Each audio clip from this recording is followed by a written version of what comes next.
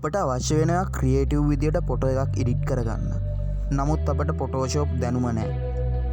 නමුත් දැන් වෙනකොට ප්ලේ ස්ටෝර් එකේ ෆොටෝෂොප් ඇප් එකක් ඇවිත් තියෙනවා. ඒකෙන් අපිට ලස්සනට ෆොටෝ එකක් එඩිට් කරගන්න පුළුවන්. කොහොමද බලමු අපි ඒක වෙන්නේ. අපි මුලින්ම අපේ ෆෝන් එකට ෆොටෝෂොප් එක්ස්ප්‍රස් කියන ඇප් එක ඉන්ස්ටෝල් කරගන්න ඕන.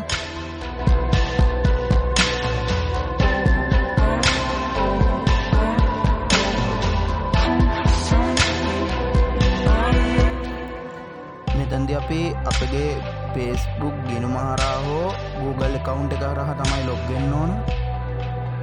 මම log වෙන්නේ Facebook account එක හරහා. ඊට පස්සේ අපිට ඊමේල් එකට එනවා verify කරගන්න කෝඩ් එකක්. අපි ඒක ගහලා ඉස්සරහට ගිහින් Photoshop භාවිත කරන්න ඕන.